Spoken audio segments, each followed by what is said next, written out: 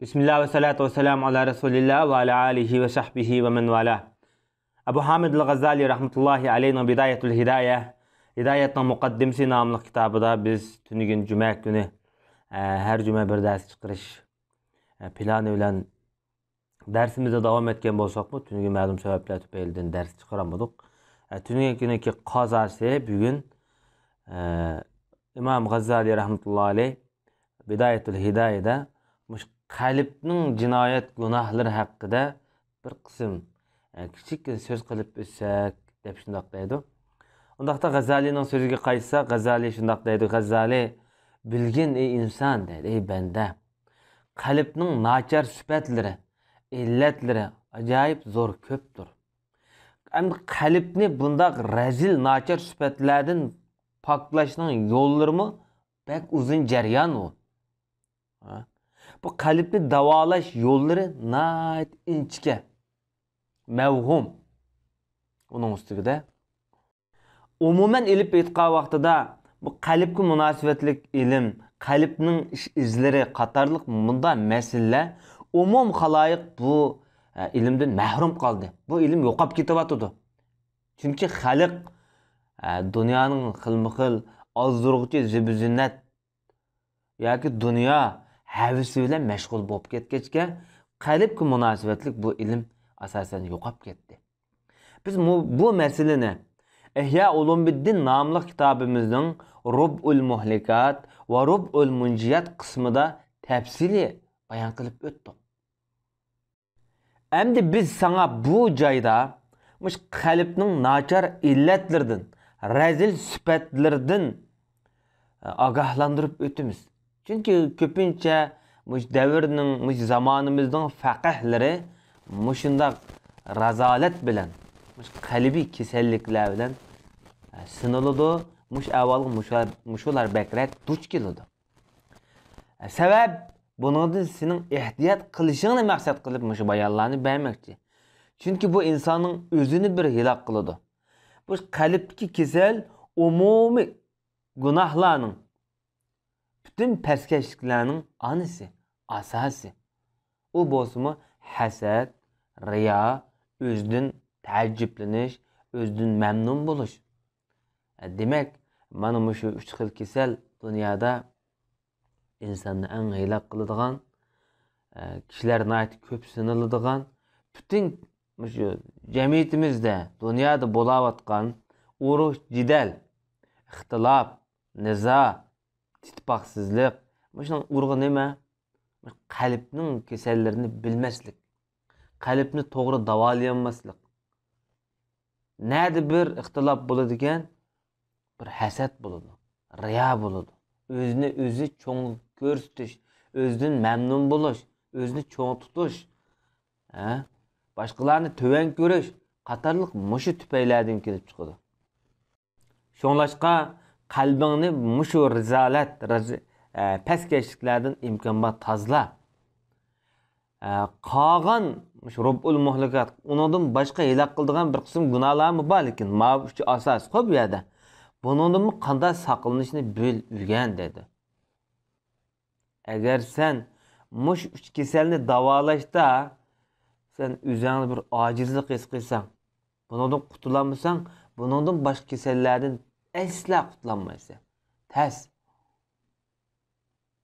Sen herkes, bunun yaxşı niyetin bağ, ilim ügünüştü men yaxşı niyetle kelgen go, yaxşı niyetle mangan go. Dep men bunda işladım, men xali go dep bunda oylap qalma.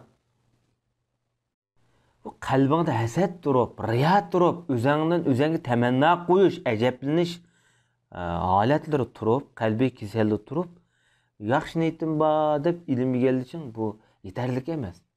Amaliyotda Payg'ambar sollallohu alayhi vasallam odamni hilok qiladigan 3 xil gunoh bor dedi. Biri nayt bek ig'ir ochko'zlik, yana birisi davomliq o'z mayliga qo'yib bergan havoyi havas, yana birisi insonning o'zidan mamnun bo'lishi, o'ziga tamanno qo'yishi qatorliq 3 xislat insonni hilok qiladigan 3 xil gunoh degan, yoki 3 xil psixik holat degan. Bu psixik kesel bu ig'ir. Ama hasad meselesiga kelsak, bu ochko'zlikdan azroq bo'linib chiqqan. Mana bu bexil adam ameliyatda boshqalarga nisbatan o'zining qo'lidagi narsada bexillik qiladi. Bexil adam. Allohning xazinasiga, faziliga ko'z qiymagan odam texmi nayt qabih. Bu ajoyib ochko'z deymiz bunday odamni. Hasadxo'r adam qanday odam bilamsan? Hasadxo'r odam Allah öz xazinasiga mal, dunyo bo'lsin, ilm, ma'rifat bo'lsin, boshqa turli ne'matlar bo'lsin, boshqalarga Allah inom qilib beribdi. Ya boshqalarga mal, dunyo beribdi Allah. Ya ilm beribdi. Shunday bir ortiqchilikni beribdi-da. Bergandan keyin buningga ko'z qizatadigan. Öz erisha olmasimi, shu boshqalardagi shu ortiqchilikning yo'qolib ketishini o'ylaydigan, orzu qiladigan, umid qiladigan odamlar. Buningdan mı rezil, buningdan mı ağır pesendilik bağımdı seningcha? Shuning uchun Janob Rasululloh hasad yaxshiliklarni yeb ketadi dedi. O'tonni yeb ketgan o'xshash. O'chaq o't qalasak, o'tan kuyib tugamdi. Bir hasadxo'rning hasadi o'zining qilgan yaxshi amalini bekor qilib ketadi, yeb ketadi dedi. Hasadxo'r davomli şefkatsiz bir azapta.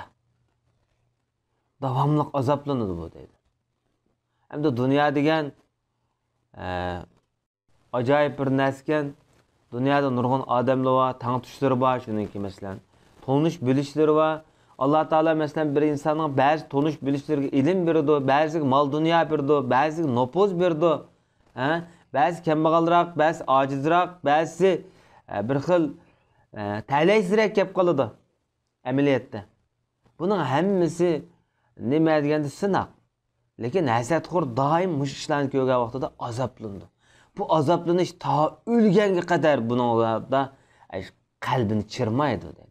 Ameliyat oxiratning azobi buningdan munoyat ig'ir, qattiq, qabiy. Ameliyatda inson imonning haqiqiy mohiyatini o'lish uchun mohiyatiga özün qarindishiga, boshqa musulmonlarga o'zi yaxshi ko'rgan narsanimi yo boshqalarga yaxshi ko'rganga qadar imonning huzur halovatini, mohiyatiga ulisholmaydi. Buni bilsa. Shuning uchun musulmonlarning mayli xushalliqi bo'lsin, mayli balki xafaligi bo'lsin, bularga tang hamnafas bo'lib, bular bilan o'rtoqlashish lozim musulmon odamlarga. Musulmonlar amaliyotda bir binoga o'xshaydi. Bir-birini ching-chingitib turadigan. Masalan, kesakda bir-biriga ayt chambarchas bog'lanmasa, o bino ching turmaydi, tam ching turmaydi. Yoki bo'lmasa bir tanga o'xshaydi. Qo'l og'risa putma bearam bo'ladigan, masalan, shunga o'xshash. Butun badan og'riydigandek tuyg'ida bo'ladi.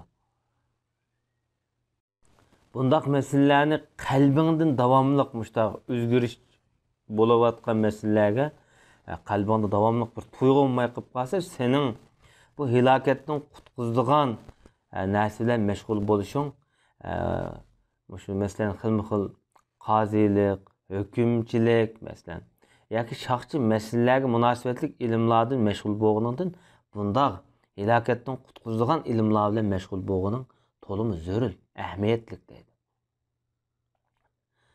Bu hasad masalasi hamma inson sinaladigan bir masala. Lekin buningdan mashroq talabul ilm, ahli ilm bular bakrak sinaladi bu jihatda. Davomli insonning qalbida, nafsida o'sha hasad o'ti chirmab turdi. Buni yengish kerak. Buni yengish uchun qalb bilan insonning o'zining tuyg'usini, tushanchisini, qalbdagi har xil o'zgarayotgan her sükunut, her bir dakika, her bir soqishlarda o'zgarib turdi insonning qalbi bu jihatda. Xayol. Bunun insonning ba'zi tafakkur yetish bo'lmaydi-da, masalan, bu xayolga. Buni demak, shu odam xayol, tafakkuri üzülmegenlem ahval ostida bu qalbniki bu kasallik tevishlarini zodi o'ngshab, har daqiqada o'ngshab bo'lsa, bu odam halokatga kelib olib turdi. Bo'libmi ahli ilm do'stlar? Qarindoshlarimiz bu jihatda bakrak diqqat qilgani muhim bu jihatda. Endi qalbning ig'ir kasallardan riyo masalasiga kelsak, bu yoshurun maxfiy sherik demakdir. Bu oshkor sherik yoki cho'ng sherik, kichik sherik deganga o'xshash ikki sherikning biri. Bu riyo degan nima degan vaqtida xalqning qalbidan bir to'rdan o'rin olsamkan, xalqning oldida obro'yim bo'lsam, imtiyozlik bo'lsamkan, o'z obro'y bir hashamatlik bo'lsamkan deyishni orzu qilish. Undan boshqa o'z obro'yini yaxshi ko'rish, mansabni yaxshi ko'rish. Bu insonni nayt hilaq qiladigan nayt ig'ir bir havoyi havaslik kasal bu. Biz nurg'un do'stlarimizni, yaqinlarimizni ko'rgan.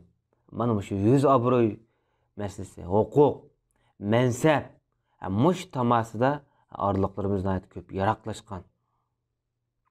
Turli adovat nizolarga shunday masalalar elib borgan. Amaliyotda insonning qalbini bunday bir mansab, o'z obro'y, o'zini izhor qilish qatorliq tuyg'ular, kasallar qoplagan vaqtida o'zining u nima qilayotganligini bilmaydi. Qilayotgan qilmishini hatto to'g'ri deb uni paytimlab yo'gapmaydi. Amaliyotda uning ichida orzu qilayotgani boshqa, tamasi boshqa. Amaliyotda xaloyiq sizlar adolat bilan, insof bilan muomala qilib qilmoqchilar dedi. Agar insonlar har bir masalaga adolat, insof bilan, qalbi bilan muomala qila olsa, masalan, tuyg'usi bilan, ular bilib qoladiki, ularning turli egallagan ilmlari, qilgan ibodatlari, hatto urf-odatlari, masalan, mush masalalarning hammasi faqat kishilarga ko'z tutish uchun, kishilarning diqqatini tortish uchun qiladi bu masalalarni. Amaliyotda bu ishlarni vayron qiladigan buzdig'ini shu. Ya'ni xalq nima deb qoladi, xalq bunday desin, xalqning chiroq, xalqqa go'zal ko'rinish, xalqning oldida nopos tiklash, xalqning hissashligini, himoyasini qo'zg'ash, mush masalada qilayotgan ishlarning hammasi amaliyotda shu amallarni bekor qiladigan ishlar. Ya'ni demak, bu bizgunki bu psixikalik tillar elbetgan vaqtida bu nayt ig'ir ruhiy besim. Bizning o'zimizni ifodalayamaydigan xalq oldida o'zimizni to'g'ri ravishda bildirolmaydigan narsa nima deganda, xalq nima deb qolar? To'g'ri qilamanmi, xato qilamanmi? Bu yerda ketsam xalq nima deb qolar? Bu yerda ketsam nima deb qolar? Mana shunday ruhiy besimlar hammasi bizni olg'a ilgirlatmaydi. Bu davom bo'lib turib oladi. Bundaq masalalarga qarata hadisda bundaq bir ma'lumotlar keltirilgan. Qiyomat kuni shahid bo'lgan kishi davzaqqa haydildi ekanda. Shahid so'raydi ekan, "Ey ulug' Parvardigor, men shahid ya, bu nima ish?" deb so'raydi ekan. Alloh taolo javob berib, "Sen boshqalar meni botir desin, qahramonkan desin deb mushtaq jihad qilding. Mana sening mukofoting ashu" dedi. To'g'ri, sen ayta qahramonlik maqomiga erishding. Baturluk maqomiga doston bo'lding xalqda. Ammo sening mukofoting shu. Ammo miyada boshqa dedi. Mana bu o'lim masalasi qarindoshlar, bu Xudoga eng yaqin holatda turadigan bir bosqich. Ko'pincha bunday odamlardan riyo bo'lmaydi. Alloh yo'lida jihad qilgan, o'zining nafsini jinni otigan odam bularning riyo qilishi nadir avval. Amaliyotda ba'zi odamlarmi o'shta bo'lib qolgan odamlar bo'ladi. Baturlik tamasida bo'lib qoldigan, qahramonlik tamasida bo'lib qoldigan, ashuna odamlar bo'lib qoladi. Mana demak, mushunda qalbdagi xato tuyg'u, nafsidagi bir kichik bir xato tuyg'u insonni yo jannati yo davzaxiy qilib belgilaydi. Demak, haqiqatning to'g'ri yo'lniki manbasi nima degan vaqtda yanala qalb. Qalbning tevishi, qalbning tuyg'usi. Qalbdagi to'g'ri yo'lnish jannatning yo'li. Qalbdagi noto'g'ri bo'lgan yo'lnish bu davzaxning yo'li deyishga bo'ldi. Bundaq shahidga berilgan bundaq javoblar hatto olimg'imi, hojimg'imi, g'azatchig'imi, qori Qur'onga javoblar berildi. Agar bir ulamo o'zining ilmini meni bir olim desin deb yoki bir fatvo masalada o'zining bilimdorligini bildirish ko'rsatish uchun xalqning oldida o'zining bilimligini his qildirish uchun ilm o'rgatgan bo'lsa, ya fatvo bergan bo'lsa, yoki xutba nutq so'zlagan bo'lsa, bular bu ilmdor kishilarda bu bek ko'p uchraydi bunday masala. Bu yana shu shahidga berilgan javobning o'zini oladi deydi. Estağfirullah. Allah hamma ahli ilm qarindoshlarimizni, qori Qur'on qarindoshlarimizni turli Allohga oid turli ibodatlarni davom etayotgan Rabbani ibodat qo'y qarindoshlarimizni Alloh riyodan, maxfiy sherikdan, o'ziga tamanno qo'yishdan, o'zining ibodatidan mag'rur bo'lishdan Alloh saqlasin. Endi biz o'zidan mag'rurlanish, kibr, o'zidan faxrlanish, o'zidan cho'ng bilish qatorliq tuyg'ularga kelsak, bu bir xil ig'ir kasal. Bu bir xil ig'ir kasal. Bu xil kishilar hamda o'ziga oid cho'ngchilik bilan, mag'rur ko'zi bilan qaraydi. Boshqalarga cho'zigan vaqtda bir xil, uni ko'zga ilmaydigan masxirlik nazarda qaraydi bunlar.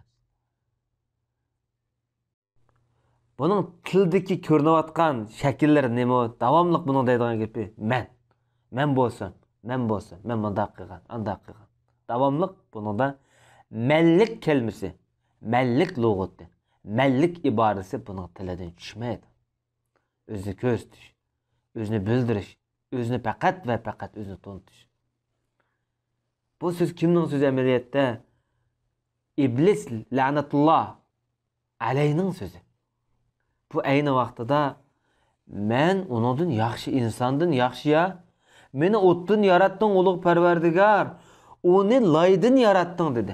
Mana shayton mushada ana, men degan kalima orqali izib ketdi. Men. Demak, insondagi bu yerdagi mellik zoti tushuncha bu kibrlik ilib boradigan ig'ir bir avvallarniki biri. Bu meselelerninki peste haşisinde bundaq ibaretler keltirilipti. Ebu Hureyre radıyallahu anhu Peygamber aleyhissalatu vesselam'dan rivayet kılgan bir hadiste şundaq degende bir bölük kişiler özünün ata boğulları ölen ölüp ketken ata boğulları ölen paqırılıp ketidi. Ameliyatda ular cehennemde kömeğe aylangan kişilerdir. Cehennemin kömürüdür ular. Ameliyatda bu ata boğulları bular deydi. Allah'a erziməz adamlar. Hatta bir şaparan küçük qo'ng'azli var deydi. Bunu bilan poqchichidigan. Mushningdimi bek erziməz adamlar Xudoga nisbatan.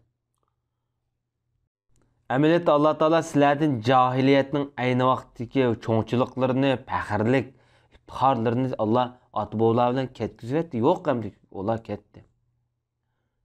Ya taqvodor mu'min ba, ya saodatsiz, baxtsiz, fojir, fosiq ba. Odamlarning hammasi o'xshash. Odamning bolalari odam to'pidan yaratilgan. O'xshash hammalar. Podshoh, gadoy, boy, hamma to'pidan yaratilgan. Haqiqiy bu yerdagi obro'y Xudoning huzurida tiklanadi. Bu dunyoda emas. Ham Alloh payg'ambar sollallohu alayhi vasallam hasab degan so'z mal dünya, baylık deydi, öz obro'y. Karam deganimiz esillik, ulug'liq degan taqvolikdir deb shundoq degan. Xo'sh, endi o'zimizning so'ziga qaytib kelsak, Imom G'azali rahmatullohi alayh bu davomli o'zidan tamanno qo'ydigan, o'zidan bir xil ta'jjub qilgan odamlarniki sifatlarini bayon qilib o'tib, bunday odamlar o'zini davomli men deb yashaydigan odamlar so'rinlarda to'y to'kinlar, nazar chiroqlarda, chiqib turli har xil faoliyatlarda bu ay to'yda bo'lishni yaxshi ko'rdi. Sapning beshida, qahning oldida to'y olishidi. Mana bu buning eng ig'ir alomati. Qahning qo'pishini orzu qiladigan. Men kelsam qo'pmidi, tuvdi, o'tdi deydigan. Nima uchun men qo'pmayman deydi. Mana mushu davomli mustaqillikda yashaydi deydi. Endi so'hbat qilgan vaqtida, boshqalar bilan gaplashgan vaqtida, mening gapimni boshqalar rad qilib qolarmi? So'zimni tamg'a o'raytami yo rad qilibmi deb o'ylaydi. Bu orqali yana cho'ngchilik qiladi, o'zini cho'ng ko'rsatadi. Mutakabbir odam qanday odam endi mutakabbir kelaylik. Buni nasihat qilsa bir xil yerginish holatini qildirgan yoki o'zini cho'ngroq tutib bunda to'lg'aydigan deydi. Başqalarga nasihat qilgan vaqtida qo'pol tegadigan. Mana bu mutakabbirning alomati. O'zini Xudoning boshqa mahluqotlardan o'zini yaxshi deb o'ylaydigan har qanday odam mutakabbir. Balki bunday odam insonlar bilish lozim dedi insonlar. Haqiqiy yaxshi odam kim? Allohning huzuridagi yaxshi, qiyomatdagi yaxshi, mana haqiqiy yaxshidir. Amaliyat bu g'aybiy masala. Naq masala emas bu. Sen yaxshimi, yaxshi emasmi, Xudoning huzurida bilmaysan buni. Bu sening dunyodan ketgan vaqtindagi oxirgi tamg'anga besilgan mehr orqali ifodalandi. Demak, insonning oxirgi hayotiga munosabatli bir yaxshilik kelmisi. Sening o'zingni boshqalardan men yaxshi deb o'ylashing bo'lsa, ig'ir nodonlik inson. Boshqalarga beqib nazar qarg'a vaqtingda, u amaliyotda mendan yaxshi degan o'yla.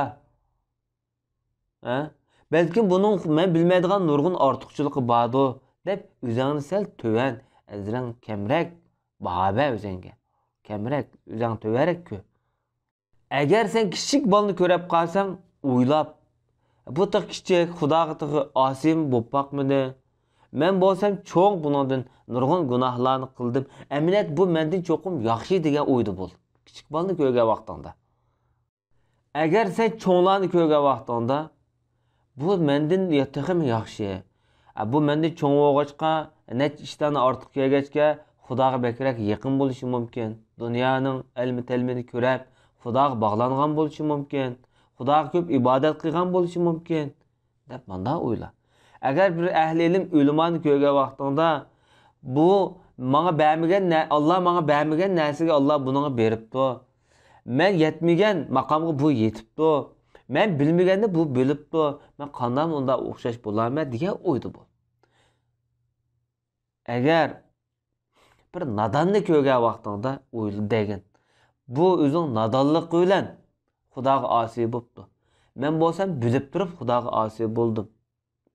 Amaliyotda Xudoning huzurida ikkimiz bo'lib qolsak, mening gunoh qilishimninki sababi bakrak oydin, aniq noma'lum. Ya'ni demakchi bo'lgani, men sabab ko'rsatmayman, aniq sabablari bor, bilmaslik sabablari bor masalan. U gunoh qilibdi bo'pti. Uning oqibati qanday bo'ladi? Bu men qarang'u. Mening qanday bo'ladi? Bu men qarang'u. Balkim bu oxirida mendan yaxshi bo'lib ketishi mumkin.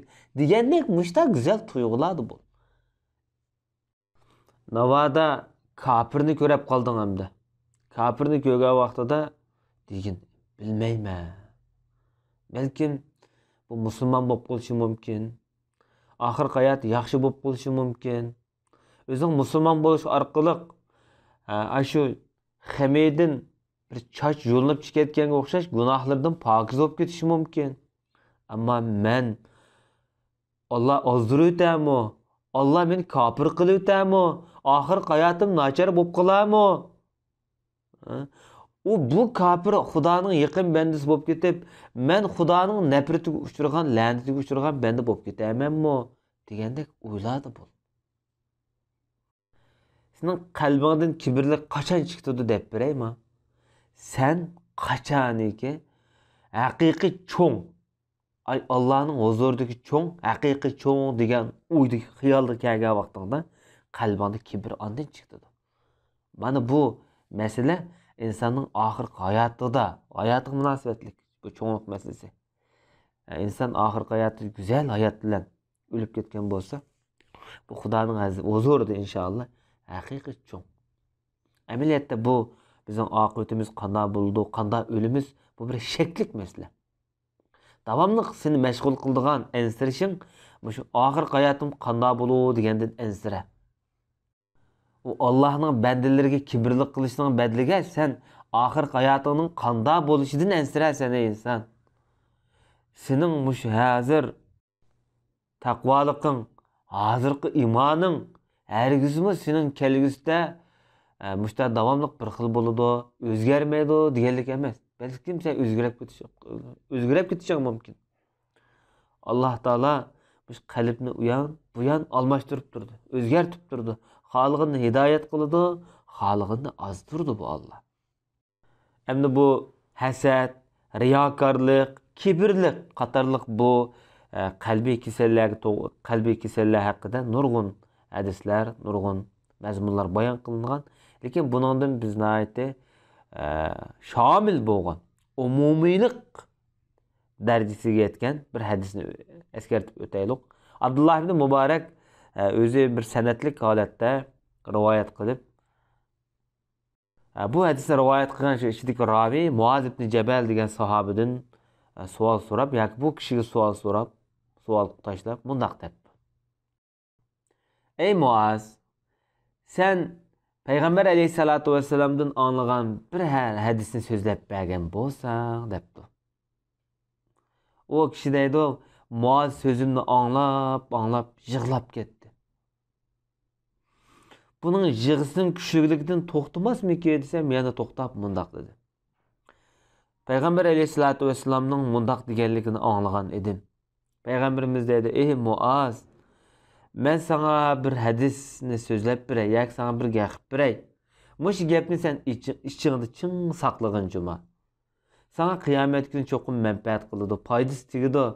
Navada esingda saqlayanmasang bu gapni, mushu so'zimning ro'y bo'yicha mang'anmasang, kıyamet günü dalil isboting uzilib qoladi. Yani bunda degani Allah'ning huzurida yaxshilikdan mahrum qolsa degan bo'ladi bu.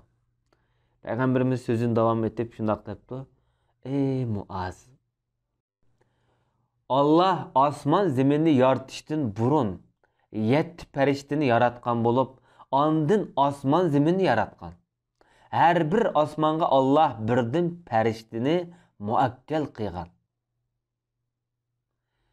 Zimindeki bendilerinin amellerini hatırlıgıcı periştiler, keşte bendinin amellerini hatırlap, bu bende hakikaten köp yaxşılıklarını qıptı dep oylap, birinci osmonga bu bendinin amelini elip çıkıdı eken.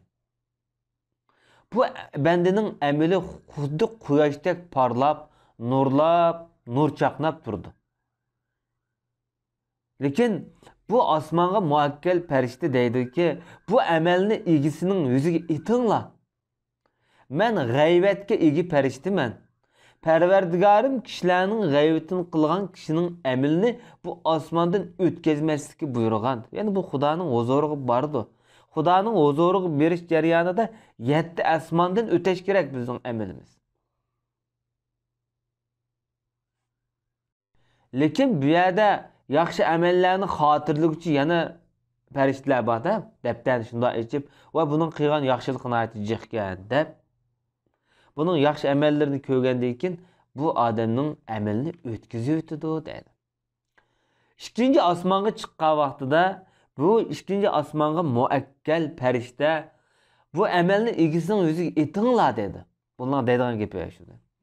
Men mag'rur odamlarga, yoki mag'rurlanadigan, iftixorlanadigan odamlarning bu kishi 100 obro'y, mansab tamasida amal qilgan. Parvardigorim so'rinlarda kishilarga faxrlangan kishining amalini o'tkazmasligimni buyurgan. Shuning uchun bu kishining amalini o'tkazmayman dedi. Ammo bandining daftariga mas'ul xotirlovchi farishta bu kishining namoz, sadaqa, roza qatorliq turli ibodatlarini ko'rsatib, bular nur chaqnab turgan holatini ko'rsatgandan keyin bu farishtani o'tkazib o'tdi. 3-osmonga kelgan vaqtida 3-osmonga muakkal farishta to'xtanglar. Bu amalni egisining yuziga etinglar. Men kibir qiladigan odamlarning ishlariga mas'ul farishta. Parvardigorim turli o'ltirish so'rinlarda kishilarga kibrlik qilgan, cho'ngchilik qilgan kishining amalini o'tkazma degan edi deydi. Lekin nomi amalni xotirlovchi bu farishtalar bu insonning zikr, tasbih, namoz, roza, haj, umra qatorliq turli ibodatlarini ko'rsatish orqali bular hammasi jaranglab, aks sado yandırıp turgan vaqtida yulduzdak paqirab bu holatlarni ko'rib, bo'pti deb o'tkazib o'tdi. 4-osmonga kelganda muakkal farishta so'rab, to'xtanglar. Bu amalni egisining yuziga etinglar. Qo'saq balliga etinglar. Men o'zidan taajjublanadigan, o'ziga tamanno qo'ydigan odamlarga mas'ul. Yo'q, shunday gunohlarga mas'ul farishtaman. Bu odam bir ish qilsa o'ziga tamanno qo'yadi, ajablanadi. Parvardigorim bundoq odamlarning amalini o'tkazmasligimni buyurgan dedi.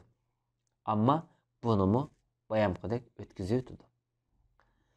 Payg'ambar alayhisolatu vasallam shunday qo'shimcha qilib deydi.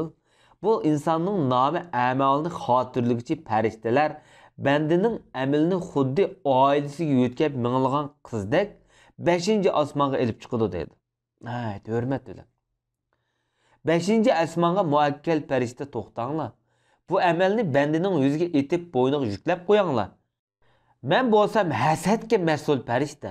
Bu o'ziga o'xshash amal qilgan, ilm o'rgangan, ibodat va qatorliq turli ortiqchilik fazilatlarga erishgan kishilarga hasad qiladi. Orqasidan so'z cho'chak tarqatadi. Parvardigorim buning amalini o'tkazmasligimni buyurgan deb. Ammo yana bayam qidaklar o'tkazib o'tdi. Payg'ambar alayhisolatu vasallam yana shunday deydi. Bu insonning nomi amalini xotirlagan farishtalar bandining namoz, ro'za, zakot, haj, umr qatorliq turli ibodatlarini ko'tarib 6-osmonga chiqadi. Muakkal farishta yana so'rab, to'xtanglar. Bu amalni egisining o'ziga etinglar. Bu kishi Allohning ziyonga uchirgan bandalarga, ya'ni mazlumlarga ish og'ritmaydi, balki ularni tillaydi. Men rahim shafqatga ega farishta, Parvardigorim buning amalini o'tkazma degan deydi. Amaliyotda buni o'tkazib o'tdi. Payg'ambarimiz yana shunday deb, insonning nomi amalini xotirlovchi bu farishtalar bandaning turli ibodatlarini, haj, ro'za, sadaqa, jihad qatorliq amallari quyoshdek nur chaqnab turganligini ko'rganda asal harisidek bir xil aks sado yangragandan keyin bu ibodatlardan 3000 farishta hamroh bo'lib 7-osmonga chiqdi. 7-osmonga muakkal farishta to'xtanglar. Bu amalni egisining o'zi etinglar, teniga etinglar, qalbini pechatlayib etinglar. Men Parvardigorimning rizoligini ko'zlamagan, Allah rizoligini ko'zlamagan har qanday amalni o'tkazmayman dedi. Bu o'zing amallari bilan Allah rizoligini ko'zlamagan, ixlos qilmagan dedi. Bu darhaqiqat ulamolar va faqihlarning qalbidan o'rin elishni, yurtidan nom qozonishni ko'zlagan. Parvardigorim bundoq odamlarning amalini o'tkazmasligini buyurgan. Allah rizoligini ko'zlamagan, samimiy ravishda qilinmagan har qanday ibodat va amal riyodir. Allah riyoxo'rlarning amalini qabul qilmaydi dedi. Payg'ambarimiz yana mundaq dedi. Payg'ambarimiz yana eskartib, bandining nomi amalini xotirlovchi bu farishtalar bu bandining namoz, zakot, ro'za, haj, umra, go'zal axloq, tamkinlik, zikr, tasbih qatorliq turli ibodatlarni, axloq, adab yo'sullarini elib osmonga chiqdi.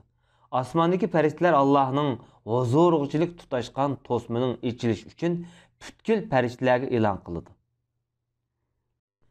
Endi farishtalar Allohning muborak huzurida turib, bandining ixlos bilan qilgan yaxshi amal qilganligini ta'riflab guvohlik berishdi.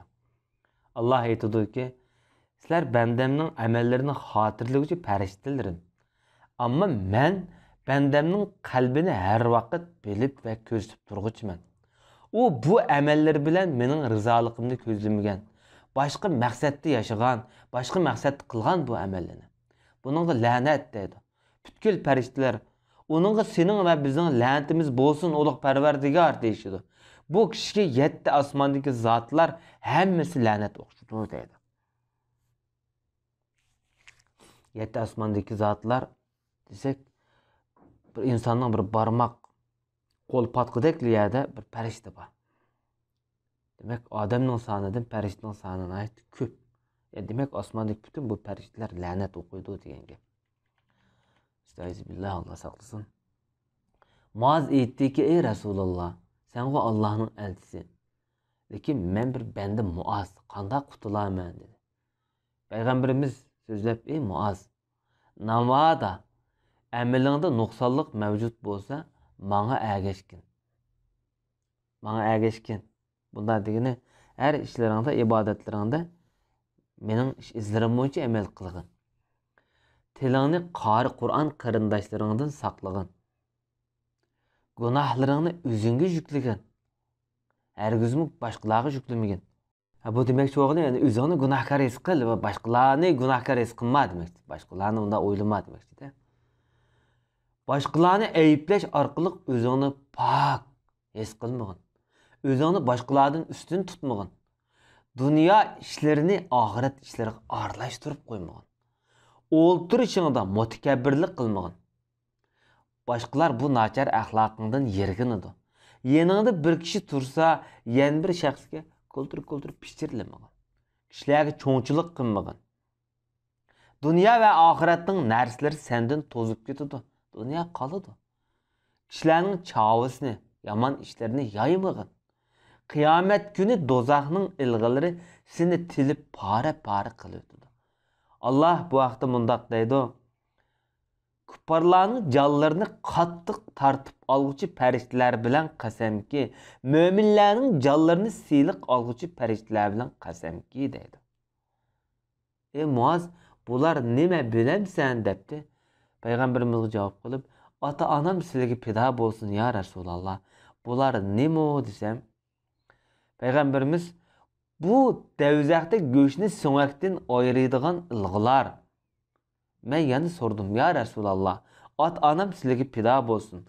Buningga kim taqat qila olsin? Bu azobga kim bardoshlik bera olsin? Desam, Peygamberimiz dedik, ey Muaz, bu Allah osonlashtirgan kishi uchun bekmi oson dedi. Yani bu devzakdan qutulish nayt oson. Allah qulaylik bersin, osonlik bersin. Bu hadisni rivoyat qilgan odam askartib shundoq deydi. Qur'onni muazzimmi ko'p o'qiydigan odamni ko'rmagan edim edi. Bu hadisga asosan. Demak, bu hadis muazzimga ko'p ta'sir qilib, davomli Xudoga bog'langan demakchi. Bu hadis zoitlik bobida deyilgan bir hadis. Lekin bu hadisniki sahihligi, zaifligini hukmaymiz. Bu to'g'riliq izni bakmadik bu yerda.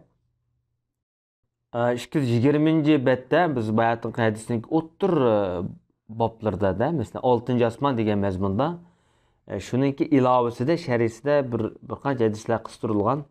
Biz bu hadisni so'zlab o'taylik. Abi Hurayra radhiyallohu anhudan rivoyat qilinishicha, Payg'ambar alayhisolatu vasallam o'g'li navrisi Hasan ibn Alini so'yib qo'ydi-da, shu oraliqda Payg'ambar alayhisolatu vasallam bilan birga Aqra ibn Habis degan sahoba birga ekan. Aqra ibn Habis so'rabdi, mening 10 balam bor, ularning birisini so'ymayman debdi. Payg'ambarimiz Aqraga qarab turib, kim rahim qilmasa, rahim qilinmas deb javob berdi. Sen boshqalarning shafqatiga erishishing uchun sen boshqalarga shafqat qil. Sen nima qilsang shuni ko'rsan.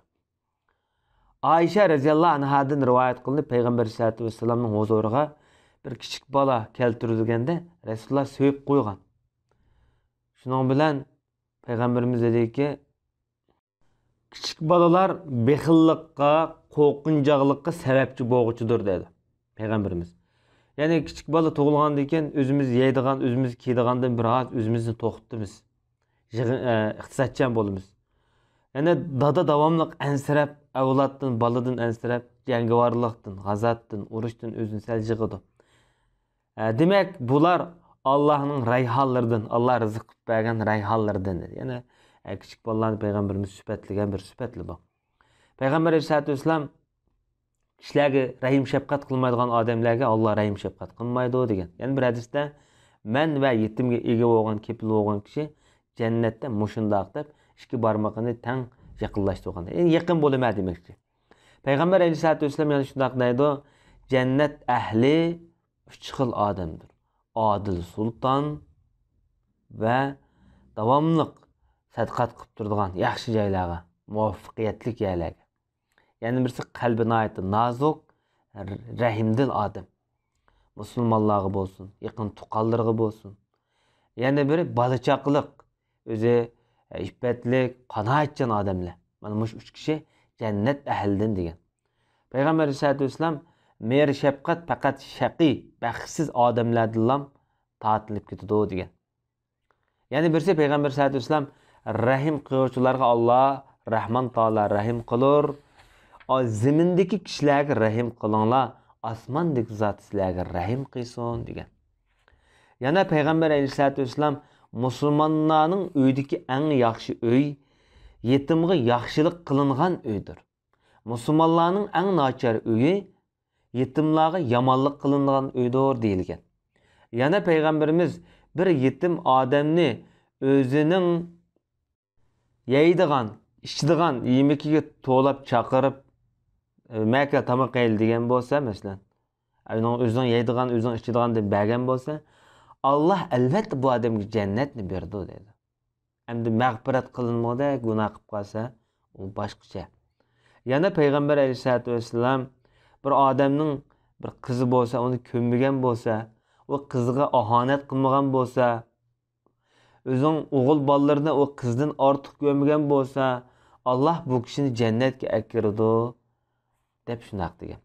Endi men 223-betdagi riyokorlar haqidagi mazmunda buniki mesela ixlos bilan amal qilish mazmundagi so'z iboratligi mesela hadisning oxirisi. Buning ilovasida mundaq deyilgan. İxlos deganimiz o'zining qilgan amallarini xaloyiqlarning ko'rish yoki anglash holatlaridan saplashtirirish. Onu xiyaliga keltirmaslik. O xiyalda bo'lmaslik. Payg'ambar sollallohu alayhi vasallam rivoyat qilgan bir hadisda Payg'ambar sollallohu alayhi vasallam shunday degan, Alloh taolo bunday deydi hadis qudusida, men sherik keltiruvchilarning sherikdan eng behojatman. Kim men uchun bir ishni qilib, onunga boshqa bir odamni qo'shib menga sherik keltirsa, namoz o'qibdi men uchun. Yana boshqalarning ko'rishini tamo qiladi deganda emasman. Men undaq odamdan Undaq adamның qilgan ibadetidan bezarman. Demek, endi ixlosni haqiqiy bilsang, xaloyiqlarning bilishing kerak. Xaloyiq degan ojiz, zaif, ularning foydasini chaqliq. İbrahim alayhisolatu vasallam Qur'oni Karimda shunday deydi. Ko'rmaydigan, anglamaydigan, senden hiç nersin tosanmaydigan nersin demiş ibadet kılsaydı. İnsan mı şunda? Sana fayda verenmeydi, ziyan yetkizemeydi. Peygamber aleyhissalatu vesselam yani şundak deydi. Sizlerinin birinler imanının huzurunu tapanmaydı deydi. Kaçankı kadar bir insanga yetken musibet hata yetip kalmadı. Bununla yetken musibet ya hata yetip kaldı. Emez. Bu haqiqiy mana mushtaq Alloh tarafdan bo'lgan deydigan bir ixlos kemliganga qadar demakchi. Payg'ambar alayhisolatu vasallam yana shunday deydi, iymonning ojiz alomatlaridan Allohni nafratlantirish bedeliga haqni rozi qilsin. Alloh bergan rizqqa ularning sanosiga, madisiga erishsin. Yoki maqtaysan. Allah sana beğenmegen nesler üstüde olanı söküp eyiplaysan. Bu Allah'ın rızkı degeni yeriz kılıp şunda kendini qoğlasan kep kalmaydı. Ve onu bir yaman körep bunda kıyınınga o bir toxtab kalmaydı.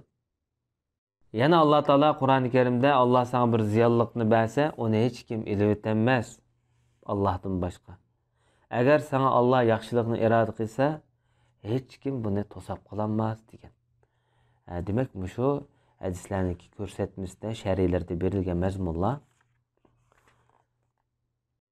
Şoňlaşqa bu G'azalining so'ziga yana qaytib kelsak, bu hadisdan keyin G'azali shunday deydi. Şoňlaşqa ey ilm havaskorlari, bu yuqorqi xislatlarni mulohaza qilib o'tgina deydi.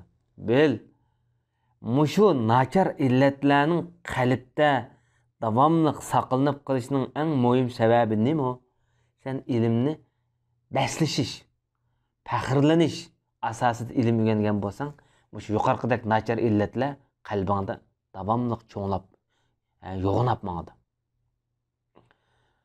Avam odat kishilar bunday xislatlardan yiroq bo'ladi edi. Bunday xislatlarga, bunday nachar illatlarga duchor bo'lgan nishonli odamlar, ulamolar, faqihlar. Buning mushin sababidan mushta ulamolar hilak bo'lib ketadi. U bo'lsin nima? Kibr, faxrlanish, hasad, riyo, qalbiy nacharliklar, illatlar.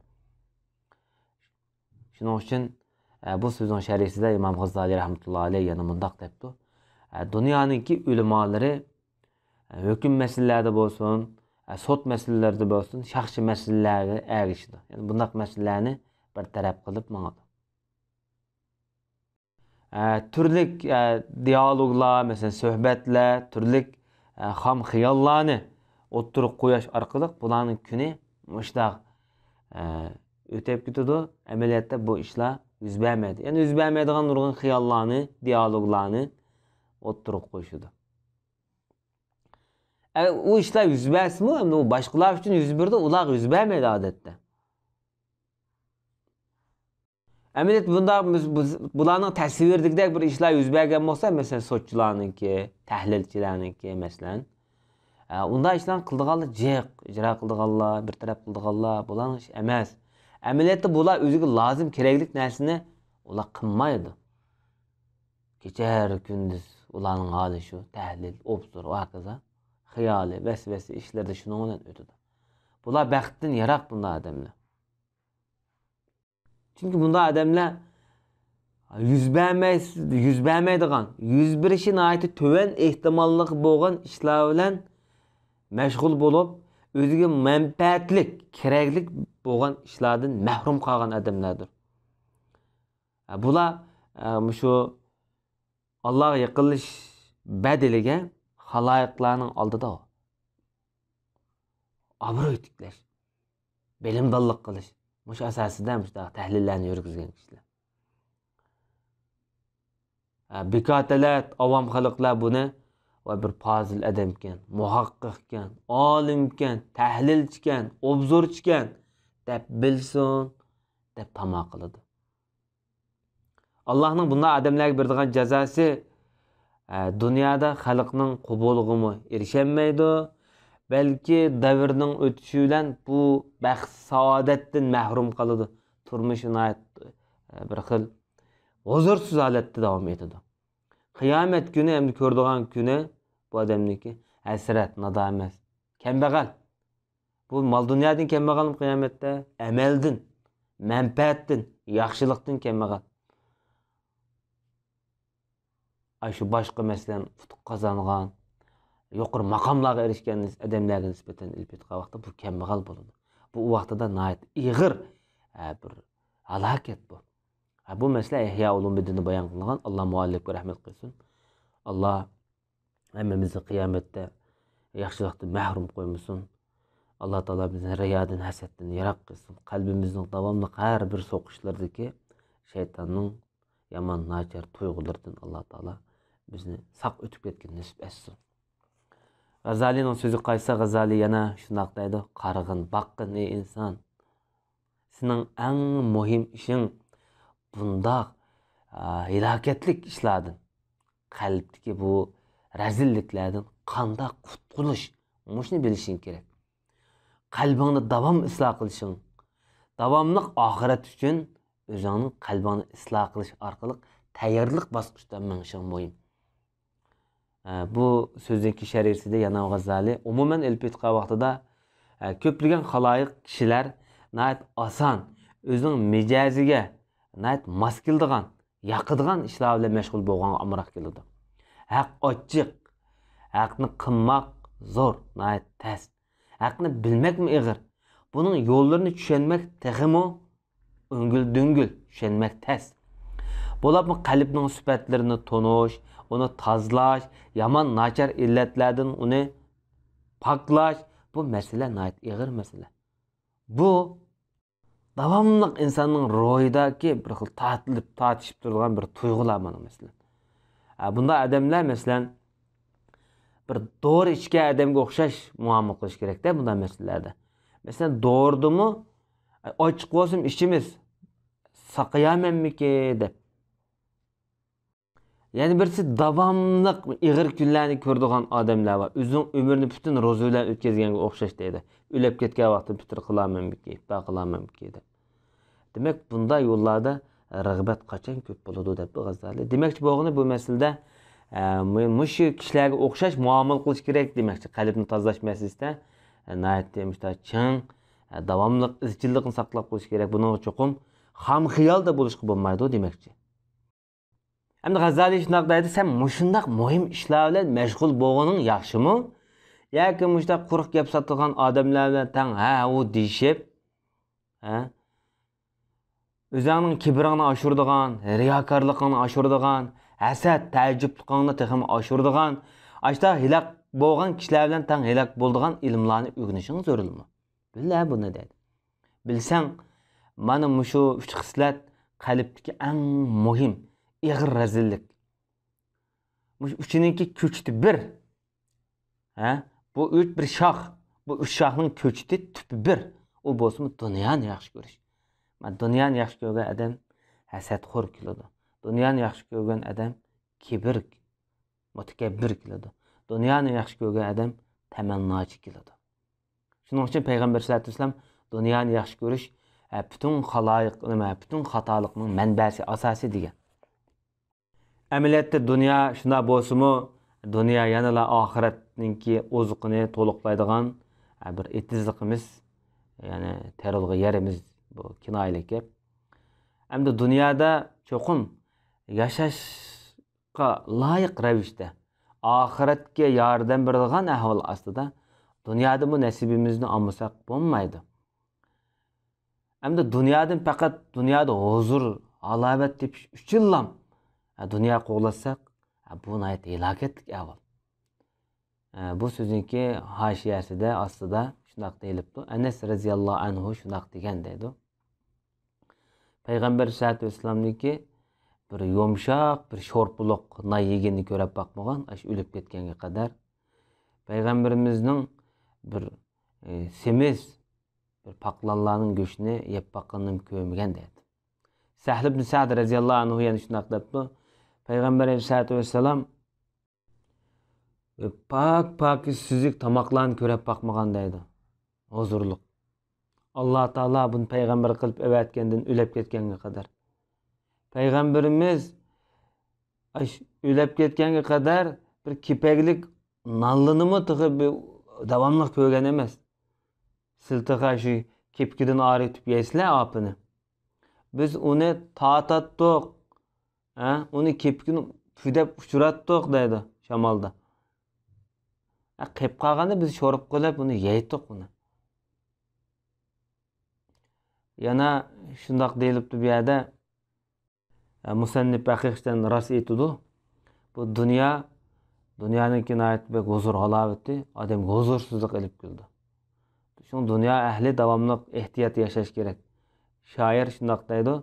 Allah Teala'dan bu şiir arkalık biz bir ibret ilişimiz, faydalanışımızı sorayımız. Dünya davamlıq deydi. Dünyadaki emmi narsalar. Ey mendin hazar qil, mendin hazar qil deydi. Dünyanın deydiğen gibi. Çünkü men seni qamallap qalsam acayip qamallayman. Mening külüşüm yoki mening sana külüp beqishim seni mağrurlandırıp koymuşsun. Mening sözüm külkiliktir, qilmishim jig'iltidi degan. Mana bu dunyoning deydigan gapi ma'lum. Hem shoir dunyo mushta narsa deb dunyoning tili orqali bizga bu nasihatni bermoqchi. Xo'sh, muhim masala endi G'azalining so'ziga qaytib kelsak, G'azali endi bu so'zlarni qilib bo'lib shunaq deydi. Hem taqvolik ilmiga munosabatlik zohiriy taqvolik haqidagi biz qisqacha bayonlarimizni deb o'tdik. Mana mushu hidoyatning muqaddimasidir. Hidoyatning beshidir. Agar mushu hidoyatlarda o'zingni sen chiniqtirib baqsang, mushu biz degan so'zlarni davomli qilsan, o'zingning harakatingga aylantirib mengib baqsang, undaqda sen İhya Ulumuddin degan nomli kitobimizni o'qi. Şunu ögen. O vaqtida sen taqvolikninki haqiqiy botinni, ichki mohiyatini tonib yetalaysan. Taqvolikning ichiga o'lisha olaysan. Sen ishingni, qalbingni davomli taqvolik bilan huzurlandirsan, bessan, o vaqtida Parvardigoring bilan sening orangdagi parda to'sanchi yo'qaydi. Sana turli ma'rifat nurlari sana ichiladi. Qalbingdan hikmat buloqlari etilib chiqadi. Allah'ın kudret kamaletining sirlari sana barbara aydınlaşıdı. O vaqtida tabiinlar ve sahabeler devirde bo'p bakmagan, yenidən payda bo'lgan ilmlarni sen bir xil mensitmaydigan, onu töven çağlaydigan, bunda bir holatlar, yani dunyolik taraflarni, yani töven ko'radigan holatlar nafsingda, qalbingda paydo bo'ladi deydi. Bu yerdeki bu gap Abdurniki demekçi boğun bu sözden. Hergizmi dünyanınki türlük ilimlerini eyipleş emez, bunu da maksat. Sahabeler devirde bo'p bakmagan ilimlerini eyipleş deganimiz mesela hamma yangi paydo bo'lgan ilmlarni so'kish emas. Chunki nurg'un ahkamlar, nurg'un masalalar, mushta yangidan paydo bo'layotgan masalalar orqali vujudga keladi masalan. Endi bu yerdeki en çok nişan mu Abdurniki demekçi boğunu insanın himmetini muşu mesela yeniden payda olan ilimler arkalık mesela hakiki takvadırlar korpusuga edip beriş, Xudanın huzuru apırış. Yani demekçi boğunu dünyanın türlük yenilik ilimlerini insanını Xudaga ulaştırdığan bir vasıtılık körük kıldırış. Ameliyatı bugün günde vatandagi turlik bo'layotgan leksiyalar masalan, turlik şirket korxonalarniki e'lonlari bo'lsin, masalan, shirkatlarning tashviqotlari bo'lsin, vatandagi atalmış psixologlar bo'lsin va yoki utuq qozong'uvchilar bo'lsin. Bularning hammasining kallasi nega markazlashgan?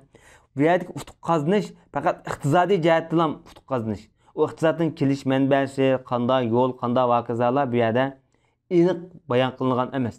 Faqat iqtisodda natija yaratgan, pul topgan, boy bo'lsanglar, sen utuq qozongan bo'lsa. Mana vatandagi hozir leksiyalniki butun nishoni shuda hozir mislan. Amaliyotda G'azali mana mushaga qarshi. Sening utuqing natijang pulda emas, mol dunyoni emas. Sening qanchalik yaratgan moddiy qimmat emas. Sening haqiqiy qimmating Xudoning huzuriga ulanishda. Şoňlaşqa G'azali yana özümizin sözüge qaytıp gelsak, yani şundaq deydi. Eğer sen ilim ma'rifatni izleyse, ügünise, miş gap, riya, munazara qatarlıq haqla munazir qilish, Facebook, Twitter vaqizada haq munazir qilish, munoqish qilish, riya qilish vaqiza mislan. Mush jihatni ügünise. Bu ig'ir musibat bu. O nimançı üzerine çarpsa bu nimançı çarçaş bu deydi. Bu senin halakıtın ig'ir. Sen bek mahrum kapsa bu işte deydi. Bu sözü qarta şerisi de mundaq bir sözünü keltiripti. Peygamber aleyhissalatu vesselam şundaq degan. Allah subhanahu ve taala nayet pasahatlik gap qildigan odamlarni üç ko'rdi bir qism. O adamlar şu xuddi o'zining tili bilan shu so'zni nayet yiqimliq, ta'sirchan, bir xil o'zining bilimdorligini oshkorlaydigan shaklda chiqarilish uchun tillarini shundoq shu umchaytib, kala tilni shu ko'shiganga o'xshash mushta qildigan odamlarga uch ko'rdi deydi. Ya'ni tuz bo'l, uygan, to'g'ri ravishda, ammo xalqni jalb qilish, xalqning diqqatini o'zining bilimdorligini bildiradigan shaklda şu niyette bunlar yönelen çıkama demektir. Hoş. Hem de G'azali bu sözün ahırda şundaq deydi. Xalığançı nemiş qilsan qil. Sen din arqılıq erişken bir dünya hergiz sana huzur etkenmeydi. Ahiret senden çokum, ahirde senden çokum bu tatılındı. Kim dünyanı din arqılıq izleydiken deydi. Din arqılıq dünyayı maksat qildiken, dünyani mı, dinni mi bu adam ziyan tatıldı. Ama dünyani dedi. Din üçün taşlaptı. Dünyaviy menfaatni diniy menfaat oldida töven ko'rapti. Dinni tanlapti. Bu adam dünya ve ahiretni ikkilisini foydaladı, qazindi. Mana şu sana biz bidayetul hidayetning muqaddimasi to'g'risida sana so'zlab o'tgan qisqacha bo'lgan hidayet yo'lininki tunji muqaddimasi bo'lgan Xudo bilan bog'liq, Xudoga bog'liq yoki Allohga munosabatlik muomala. Xudo bilan bo'lgan sening kundilik turmushing, kundilik muomalaring. Mayli sen Allohning buyruq işlerini icra qil, mayli nahiylardan yiroqdi. Yuqoridagining hammasi Xudo bilan bo'lgan munosabating. Endi biz sana bir qism adab qoida usullarni so'zlab o'tamiz. Bu orqali masalan xaloyiqlar bilan qandaq muomala qilsa, dunyoda ular bilan qandaq qarindoshlik munosabat o'rnatsa, qatorliq mazmunlarni sana to'xtalib o'tamiz. Bu sana keyingi darsimizda so'zlab o'taylik. Xo'sh, G'azali rahmatullohi alayhiniki imda taqvolikniki dastlabki bosqichlari bo'lgan zohiriy taqvolik qismidagi Xudo bilan bo'lgan munosabat deydigan bölümü mushun bilan oxirlashdi. Biz bu so'zni endi Xoliq bilan bo'lgan munosabat tugab, xaloyiq bilan bo'lgan munosabat haqida nimalarni to'xtalib o'tadi? Biz keyingi darsda G'azalininki so'ziga quloq solaylik. Ve sallallahu ala nebina Muhammed ve ala alihi ve sahbihi ecmaîn.